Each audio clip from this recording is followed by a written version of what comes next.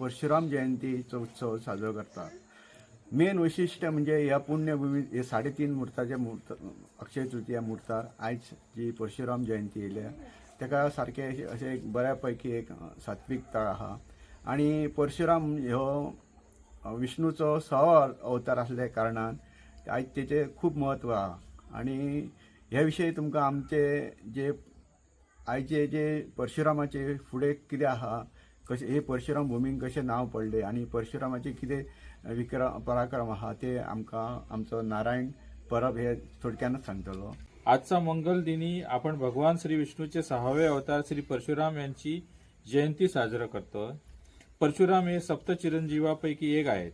अश्वत्थामा, बलिर्व्यासो, हनुमानश विभीषणा, कृपा परशुराम सप्तते चिरंजीवनी. परशुरामांनी काळावर विजय मिळवला. ते आजही सूक्ष्म रूपाने महेंद्र पर्वतावर वास्तव्यास आहेत, अशी आपली श्रद्धा आहे. सकाळी त्याचे स्मरण करणे हे पुण्याचे लक्षण मानले जाते. जन्म आणि नाव परशुराम कसे झाले, म्हणजे जन्म आणि नाव त्याचे कसे झाले त्याचे त्रेतायुगाच्या सुरुवातीला महर्षी जमदग्नी आणि माता रेणुका यांच्या पोटी राम या नावाने यांचा जन्म झाला. ते लहानपणापासूनच तेजस्वी होते. त्यांनी गुरुग्रही जाऊन सर्व वेद आणि शास्त्रांचे अध्ययन केले.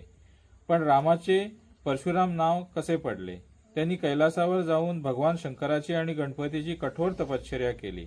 गणपतीने त्यांना परशु विद्या दिली आणि एक दिव्य परशु म्हणजे कुऱ्हाड प्रदान केली. या दिव्य शस्त्राच्या तेजामुळे आणि प्रभुत्वामुळे त्यांना परशुराम असे संबोधले जाऊ लागले. भगवान परशुराम ब्राह्मतेज आणि क्षात्र तेजाचा संगम.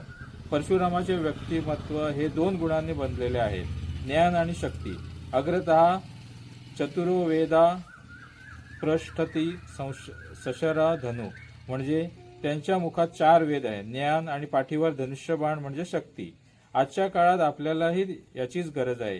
केवळ ज्ञान असून चालत नाही, तर समाजाचे रक्षण करण्यासाठी शक्तीही लागते. आणि केवळ शक्ती असून चालत नाही, तर तिला ज्ञानाची जोड असावी लागते. परशुरामांनी याच तेजाच्या बळावर 21 वेळा पृथ्वी निक्षत्रिय केली. पण ती कोणासाठी? ती अहंकारी अधर्मी राजाचा नाश करण्यासाठी आणि सामान्य प्रजेला न्याय देण्यासाठी. गोमंतक आणि अपरांत भूमीची निर्मिती. आम्ही या गोमंतक भूमीला परशुराम भूमी म्हणतो, त्याच्याबद्दल लिहिले आहे. आपण गोमंतकीय स्वतःला भाग्यवान समजतो, कारण ही परशुराम भूमी आहे. जेव्हा परशुरामांनी सर्व पृथ्वी जिंकली, तेव्हा त्यांनी ती कश्यप ऋषींना दान करून टाकली. दान दिलेल्या भूमीवर राहायचे नाही या नैतिक मूल्याचे पालन करता त्यांनी समुद्राला